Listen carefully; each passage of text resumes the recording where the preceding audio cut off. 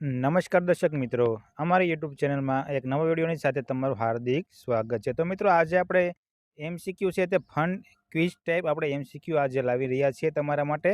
તો મિત્રો જે લોકોને વીએસ ઇલેક્ટ્રિકલ આસિસ્ટન્ટની જે એક્ઝામ આપવાની હોય તો તેના માટે આ ખાસ ઉપયોગી વિડીયો બની શકે છે. ચાલો મિત્રો આપણે વિડીયો શરૂ કરીએ. મિત્રો વિડીયો શરૂ કરતાં પહેલાં તમે હજુ સુધી અમારી ચેનલને સબસ્ક્રાઈબ નથી કરી તો અમારી ચેનલને જરૂરથી સબસ્ક્રાઈબ કરી લો, કારણ કે અમારી ચેનલમાં તમને ઇલેક્ટ્રિકલ વિશેની માહિતી તમને મળી રહેશે. તો ચાલો મિત્રો આપણે વિડીયો શરૂ કરીએ.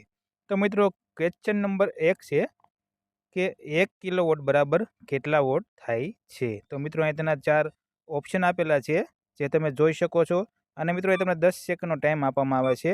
એ 100, બી 1000, સી 10,000 કે ડી 10. તો મિત્રો અહીં તમને 10 સેકન્ડનો અહીંયા ઓપ્શન છે તે આપવામાં આવે છે. 10 સેકન્ડમાં તમારે જવાબ આપવાનો રહેશે. તો મિત્રો જે લોકોને તમને જવાબ આવડતો હોય તો તમે કોમેન્ટથી આપી શકો છો. તો મિત્રો ક્વેશ્ચન નંબર 1 છે કે 1 કિલોવોટ બરાબર કેટલા વોટ થાય છે? તો તેમાં મિત્રો હવે સાચો જવાબ આવે છે તે આપણે જોઈ લઈએ. તો મિત્રો તેમાં સાચો જવાબ છે તેમાં જવાબ આપણે બી આવે છે કે 1 કિલોવોટ બરાબર 1000 વોટ થાય છે. તો મિત્રો આવી રીતે આગળના પ્રશ્નમાં પણ તમે જવાબ કોમેન્ટ દ્વારા આપી શકો છો. તો મિત્રો આગળનો પ્રશ્ન જોઈએ 2 નંબરનો, કે વિદ્યુત પ્રવાહનો એકમ શું છે? એ ઓહમ, બી વોલ્ટ, સી એમ્પિયર કે ડી વોટ. તો મિત્રો તમને 10 સેકન્ડનો ટાઈમ આપવામાં આવે છે. જો તમને જવાબ આવડતો હોય તો કોમેન્ટથી તમે જલ્દીથી જવાબ આપી શકો છો.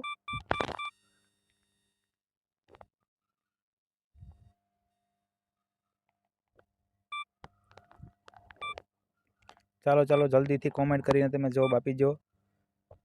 અહીંયા તમારો 10 સેકન્ડનો ટાઈમ છે તે ઓફ થઈ રહ્યો છે. તો મિત્રો હવે જવાબ જોઈ લઈએ કે વિદ્યુત પ્રવાહનો એકમ શું છે? તો મિત્રો વિદ્યુત પ્રવાહનો એકમ છે તેમાં જવાબ આપણે સી આવે છે, એમ્પિયર છે વિદ્યુત પ્રવાહનો એકમ. તો મિત્રો આવી રીતે તમારે જવાબ આપવાના રહેશે. તો મિત્રો પછી મિત્રો આગળનો પ્રશ્ન છે કે ઓહમનો નિયમ કયો સંબંધ દર્શાવે છે? તો અહીં તેમાં મિત્રો 4 ઓપ્શન આપેલા છે અને તમને 10 સેકન્ડનો ટાઈમ આપવામાં આવે છે.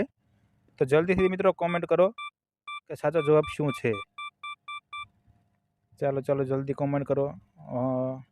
કોક એ કહે છે, કોક બી કહે છે. ઓકે, ચાલો મિત્રો આપણે જવાબ જોઈ લઈએ કે ઓહમનો નિયમ છે તે અહીંયા તેનો સાચો જવાબ એ આવે છે કે વી બરાબર આઈ આર. તો તેમનો મિત્રો અહીંયા એ જવાબ આવી રહ્યો છે. પછી મિત્રો આગળનો પ્રશ્ન જોઈએ 4 નંબરનો, કે વિદ્યુત શક્તિનો એકમ શું છે? તો મિત્રો અહીં તેના 4 ઓપ્શન છે અને 10 સેકન્ડનો તમને ટાઈમ આપવામાં આવે છે. એ વોટ, બી ઓહમ, સી એમ્પિયર કે ડી ન્યુટન. ચાલો જલ્દીથી કોમેન્ટ કરો. જેને આવડતો હોય કોમેન્ટ કરી શકે છે. તો મિત્રો અહીંયા 4 નંબરના પ્રશ્નમાં વિદ્યુત શક્તિનો એકમ શું છે? એ વોટ, બી ઓહમ, સી એમ્પિયર કે ડી ન્યુટન. તો મિત્રો અહીંયા હવે જવાબ જોઈએ લે કે એમાં સાચો જવાબ શું આવે છે? તો વિદ્યુત શક્તિનો એકમ છે તે અહીંયા સાચો જવાબ એ આવે છે, વોટ છે. તો મિત્રો હવે આવી રીતના જ આપણી ચેનલમાં એમસીક્યુ તમને જોવા મળશે. તો મિત્રો ચેનલને જરૂરથી સબસ્ક્રાઈબ કરો અને વિડીયોને લાઇક કરવાનું ભૂલતા નહીં. પછી મિત્રો આગળનો પ્રશ્ન જોઈએ કે વિદ્યુત દબાણ માપવા માટે કયું સાધન વપરાય છે? તો મિત્રો તમને 10 સેકન્ડનો ટાઈમ જલ્દીથી આપવામાં આવ્યો છે. તો અહીંયા તેના 4 ઓપ્શન આપેલા છે. એ થર્મોમીટર, બી બેરોમીટર, સી વોલ્ટમીટર કે ડી મીટર રોડ. તો મિત્રો અહીંયા વિદ્યુત દબાણ માપવા માટે કયું સાધન વાપરવામાં આવે છે? તો જેને જવાબ આવડતો હોય તે કોમેન્ટથી જલ્દી આમાં કોમેન્ટ કરી દેશો. તો મિત્રો 5 નંબરના પ્રશ્નમાં જવાબ શું આવે છે? ચાલો જલ્દી કહો. તો મિત્રો 5 નંબરના પ્રશ્નમાં જવાબ સી આવે છે કે વિદ્યુત દબાણ માપવા માટે વોલ્ટમીટરનું સાધન વાપરવામાં આવે છે, એટલે કે વોલ્ટમીટર વપરાય છે. પછી મિત્રો આગળનો પ્રશ્ન જોઈએ ક્વેશ્ચન નંબર 6. તો મિત્રો એમાં ટ્રાન્સફોર્મર શું કરે છે? એટલે કે મિત્રો ટ્રાન્સફોર્મર શું કાર્ય કરે છે? તો એમાં 4 ઓપ્શન આપેલા છે. એ પાવર જનરેટ કરે છે, બી પાવર સ્ટોર કરે છે કે સી વોલ્ટેજ બદલે છે કે ડી ધારો વધારશે. તો મિત્રો અહીં તમને 10 સેકન્ડનો ટાઈમ આપવામાં આવે છે. તો મિત્રો જે લોકોને જવાબ આવડતો હોય તે જલ્દીથી કોમેન્ટ કરીને અહીંયા જવાબ પણ આપી શકે છે. તો મિત્રો ટ્રાન્સફોર્મરનું કાર્ય શું છે એ રીતનો અહીંયા પ્રશ્ન છે. તો ચાલો મિત્રો આપણે જવાબ પણ જલ્દીથી જોઈ લઈએ ટાઈમ બગાડ્યા વગર. તો મિત્રો ટ્રાન્સફોર્મરનું કાર્ય છે તે અહીંયા વોલ્ટેજને બદલે છે. તો તેમાં જવાબ મિત્રો આપણે સી આવે છે. પછી મિત્રો આપણે 7 નંબરનો પ્રશ્ન છે કે વિદ્યુત પાવરનો એસઆઈ એકમ શું છે? તો મિત્રો અહીંયા તેના 4 ઓપ્શન છે અને 10 સેકન્ડનો તમને ટાઈમ આપવામાં આવેલ છે. જે લોકોને આવડતો હોય તે જલ્દીથી કોમેન્ટ કરી દો. તો મિત્રો અહીંયા તેના 4 ઓપ્શન છે: એ ohm, B what, C hertz અને ડી જૂલ. ચાલો જે લોકોને આવડતો હોય તે જલ્દીથી કોમેન્ટ કરી દો. તો મિત્રો અહીંયા વિદ્યુત પાવરનો એસઆઈ એકમ શું છે? એ ohm, B what, C hertz કે ડી જૂલ. તો ચાલો મિત્રો આપણે જવાબ હવે જોઈ લઈએ. તો તેમાં જવાબ મિત્રો આપણે બી જવાબ આવે છે, વોટ, કે વિદ્યુત પાવરનો એસઆઈ એકમ છે તે વોટ છે.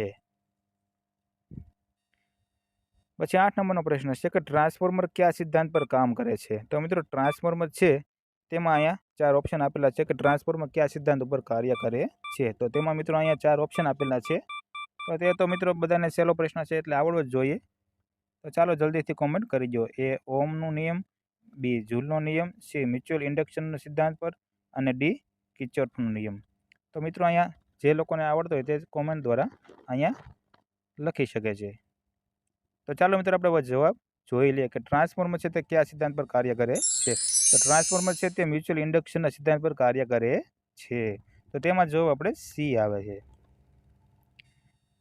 પછી 9 નંબરનો પ્રશ્ન છે કે વીજળીનું પ્રવાહ વહન કરવા માટે કયો પદાર્થ શ્રેષ્ઠ છે? તો મિત્રો વીજળીનું પ્રવહન કરવા માટે કયો પદાર્થ શ્રેષ્ઠ છે? તો તેમાં મિત્રો આપણે 4 ઓપ્શન છે: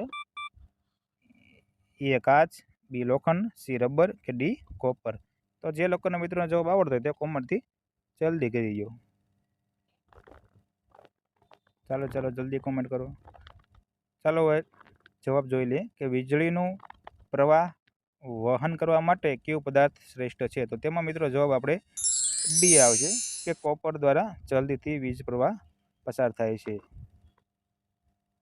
ચાલો મિત્રો આગળનો પ્રશ્ન જોઈએ.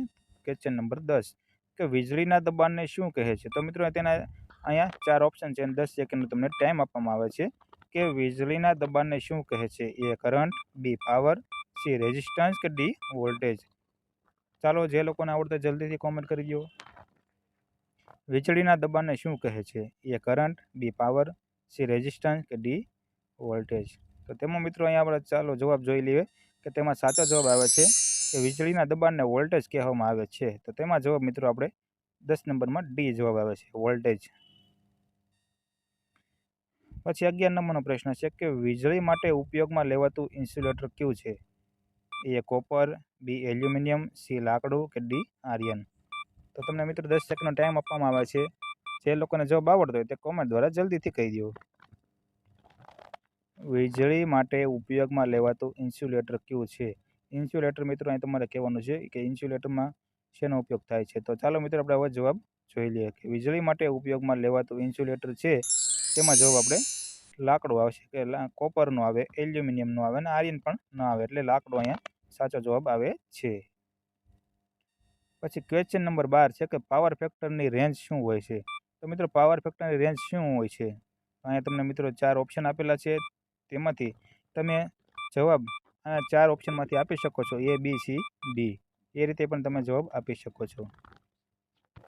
તો ચાલો મિત્રો આપણે સાચો જવાબ જોઈ લઈએ કે ક્વેશ્ચન નંબર 12માં પાવર ફેક્ટરની રેન્જ શું હોય છે? તો તેમાં સાચો જવાબ આવશે મિત્રો આપણે સી જવાબ આવશે કે પાવર ફેક્ટરની રેન્જ છે તે 0 થી 1ની હોય છે. પછી મિત્રો 13 નંબરનો પ્રશ્ન છે કે શોર્ટ સર્કિટથી બચવા માટે શું ઉપયોગ થાય છે? તો મિત્રો શોર્ટ સર્કિટથી બચવા માટે શેનો ઉપયોગ થાય છે? તો તેમાં પણ મિત્રો તમને 4 ઓપ્શન આપેલા છે: એ ટ્રાન્સફોર્મર, બી ફ્યુઝ, સી રેઝિસ્ટર કે ડી કન્ડન્સર. ચાલો જે લોકોને જવાબ આવડતો હોય, સાવ સહેલો પ્રશ્ન છે, તે જલ્દીથી જવાબ આપી દો. તો શોર્ટ સર્કિટથી બચવા માટે શું ઉપયોગ થાય છે? એ, બી, સી, ડી. તો તેમાંથી મિત્રો આપણે સાચો જવાબ આવે છે કે શોર્ટ સર્કિટથી બચવા માટે આપણે ફ્યુઝનો ઉપયોગ કરવામાં આવે છે. પછી મિત્રો આપણે આગળનો પ્રશ્ન જોઈએ. ક્વેશ્ચન નંબર 14 કે ટ્રાન્સફોર્મરનો મુખ્ય ભાગ કયો છે? ટ્રાન્સફોર્મરનો મુખ્ય ભાગ કયો છે? એ સિલિકા જેલ, બી કોર અને વાઇન્ડિંગ, સી બ્રીધર અને ડી લેમિનેશન પ્લેટ. તો મિત્રો આ 4 ઓપ્શનમાંથી જે લોકોને સાચો જવાબ આવડતો હોય તે કમેન્ટથી જણાવી દો: એ, બી, સી અથવા ડી. ટ્રાન્સફોર્મરનો મુખ્ય ભાગ કયો છે? તેમાં પણ આપણે સાચો જવાબ આપણે હવે જોઈ લઈએ કે ટ્રાન્સફોર્મરનો મુખ્ય ભાગ છે તે કોર અને વાઇન્ડિંગ છે. પછી મિત્રો 15 નંબરનો પ્રશ્ન છે કે સ્ટેપ અપ ટ્રાન્સફોર્મર શું કરે છે? તો મિત્રો આપણે સ્ટેપ અપ ટ્રાન્સફોર્મર હોય તેનાથી શું થાય છે? તો તેના 4 ઓપ્શન આપેલા છે. એ વોલ્ટેજ ઘટાડે છે, બી વોલ્ટેજ વધારે છે, કે સી પાવર ઘટાડશે, કે ડી કરંટ વધારશે. ચાલો મિત્રો, જે લોકોને જવાબ આવડતો હોય તે જલ્દીથી કોમેન્ટ કરી દો. એ, બી, સી અથવા ડી કોમેન્ટ દ્વારા તમે સાચો જવાબ આપી શકો છો. સ્ટેપ અપ ટ્રાન્સફોર્મર શું કરે છે? તો ચાલો મિત્રો આપણે હવે જવાબ જોઈ લઈએ કે સ્ટેપ અપ ટ્રાન્સફોર્મર છે તે અહીંયા વોલ્ટેજને વધારશે અને મિત્રો સ્ટેપ ડાઉન ટ્રાન્સફોર્મર હોય તે વોલ્ટેજને ઘટાડે છે. તો મિત્રો આવી રીતના આપણે અહીંયા 15 ક્વેશ્ચન આજે લીધા છે. તો મિત્રો આવતીકાલે પણ આપણે આ ટાઈપનો વિડીયો બનાવીશું. તો જો મિત્રો તમે હજુ સુધી અમારી ચેનલ સબસ્ક્રાઈબ નથી કરી તો અમારી ચેનલને જરૂરથી સબસ્ક્રાઈબ કરી લો, કારણ કે અમારી ચેનલમાં તમને આવા નવા વિડીયો બનાવતા રહીશું, જેથી તમને પરીક્ષામાં ખૂબ જ ઉપયોગી થઈ શકે છે. અને મિત્રો જો તમારે અમારા વોટ્સઅપ ગ્રુપમાં જોઈન થવું હોય તો તેની લિંક પણ તમને ડિસ્ક્રિપ્શનમાં આપેલી છે, જેમાંથી તમે જોઈન પણ થઈ શકો છો.